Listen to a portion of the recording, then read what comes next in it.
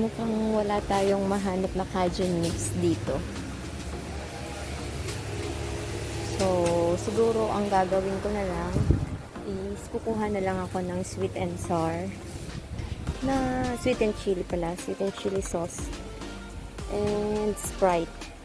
So, yun na lang ang ilalagay ko sa ating mukbang seafood set mamaya.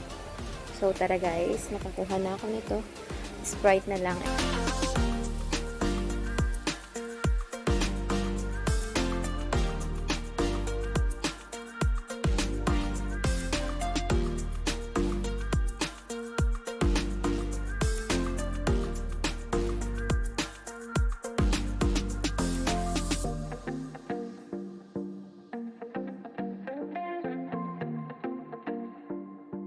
Ayan guys, so ito yung sinasabi naming mukbang seafood set. So mix na yan, may crab na, may hipo, tahong, pusit, and corn. So pinapakuluan lang muna namin para matanggal yung lansa. And mamaya igigisa namin ng bawang, sibuyas, and then yung sauce na. So stay tuned.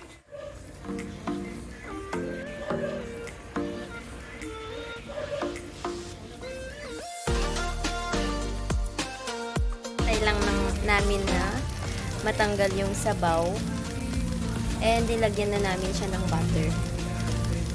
So, andyan na, nilagyan na natin ang bawang sibuyas. Ayan. And dinagdagan din natin ulit siya ng butter para at least panggisa sa bawang sibuyas niya.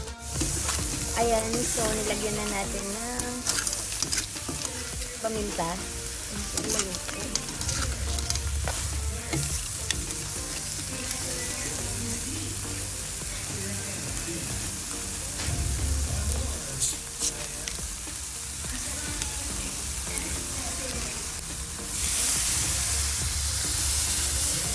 Para sa kanyang sabaw, nagdagdag tayo ng Sprite.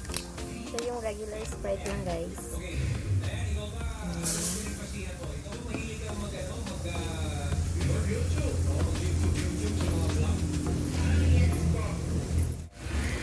Ayan. So,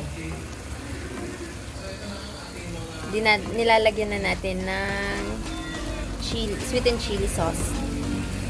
Ayan, depende po sa inyo kung gaano kadami. Pero mas masarap kung mas marami para mas malasa. And, ayan, hintayin lang siyang maluto.